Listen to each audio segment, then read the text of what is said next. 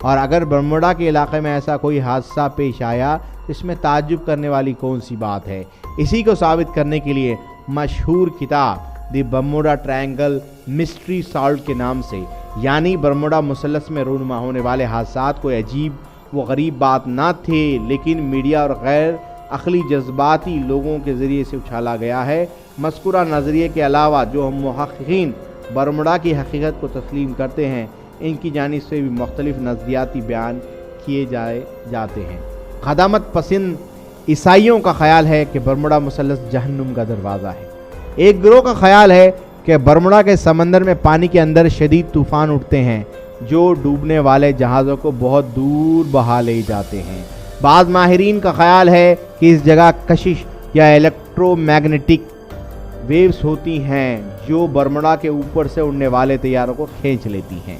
سائنسدانوں کی کثرت کا خیال یہ ہے کہ یہ مکمل سائنسی مسئلہ ہے۔ امریکہ میں ایک فرقہ برموڈا مثلث کی حقیقت روحانیت سے جوڑتا ہے۔ یہ حقیقت ہے کہ وہاں پانی کے اندر چھوٹی چھوٹی غاریں بھی ہیں۔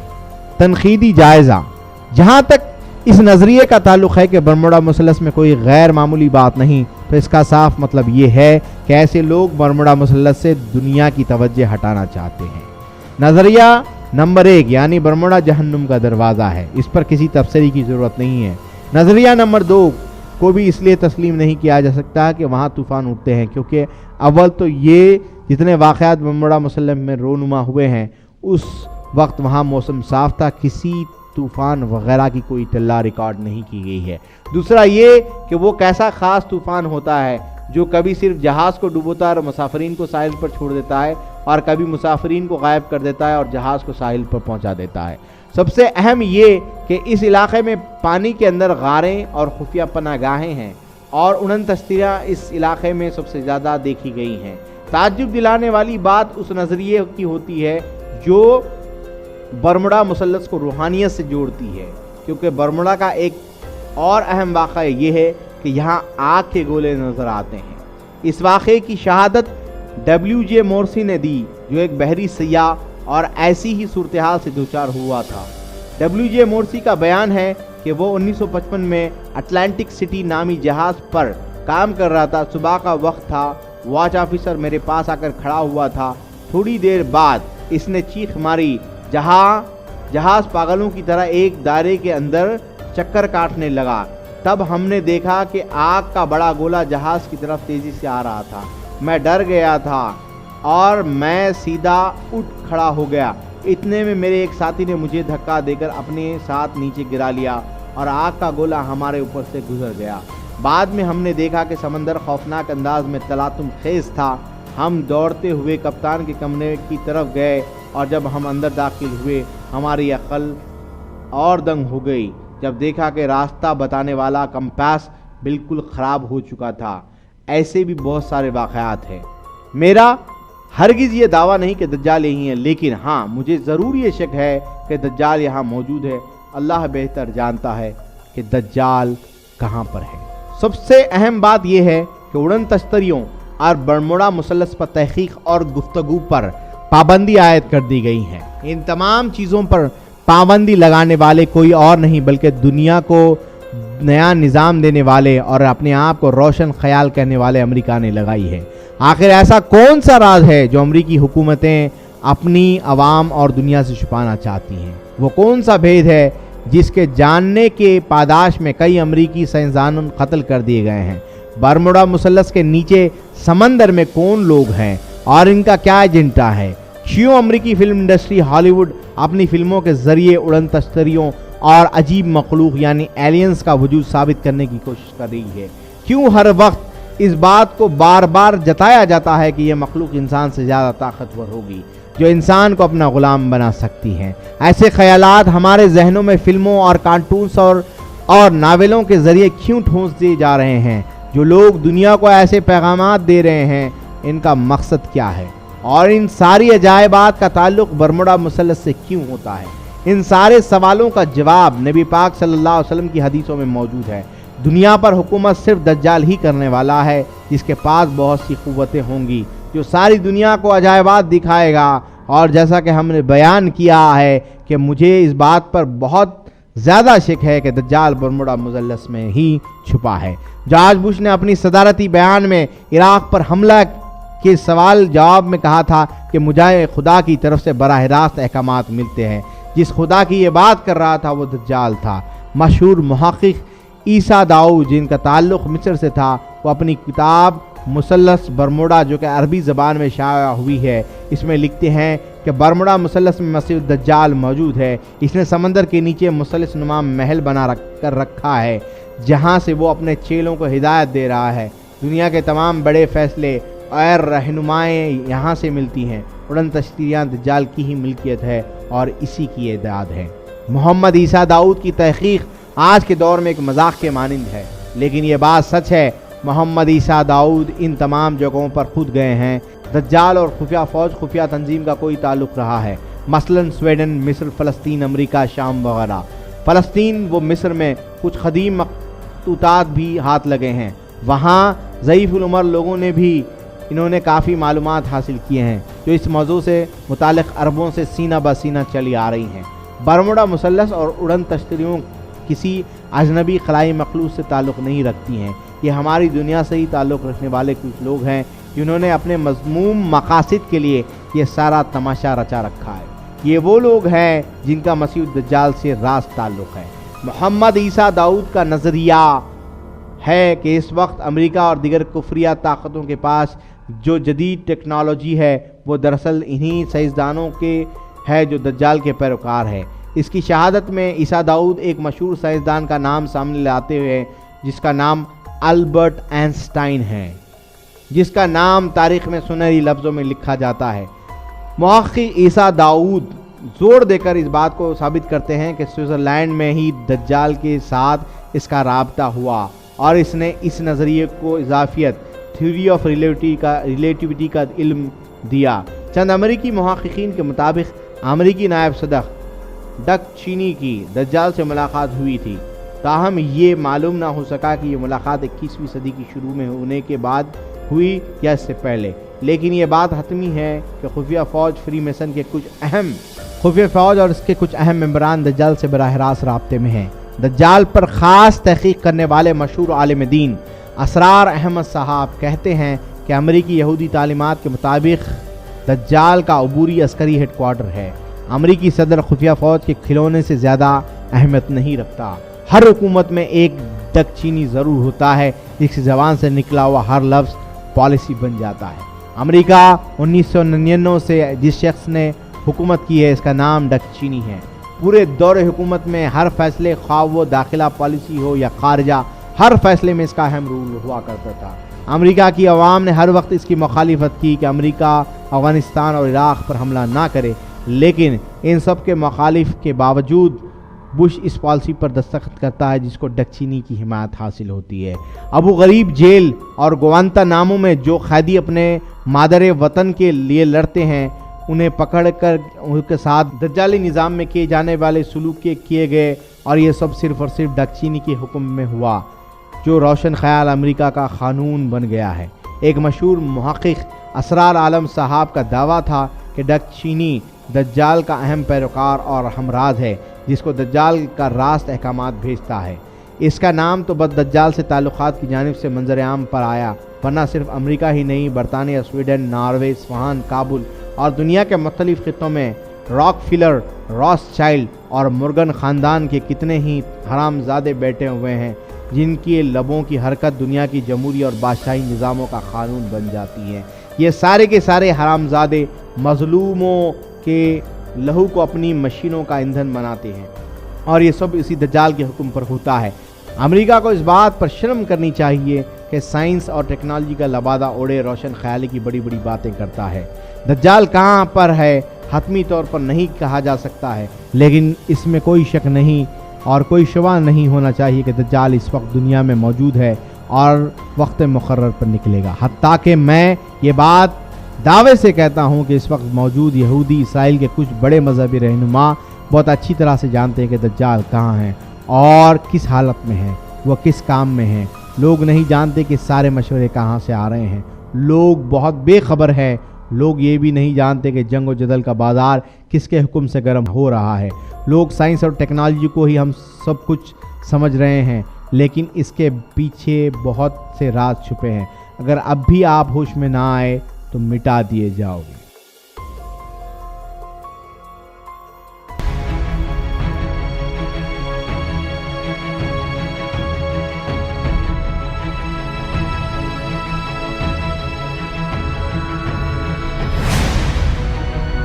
آپ دیکھ رہے ہیں 72 ٹی وی۔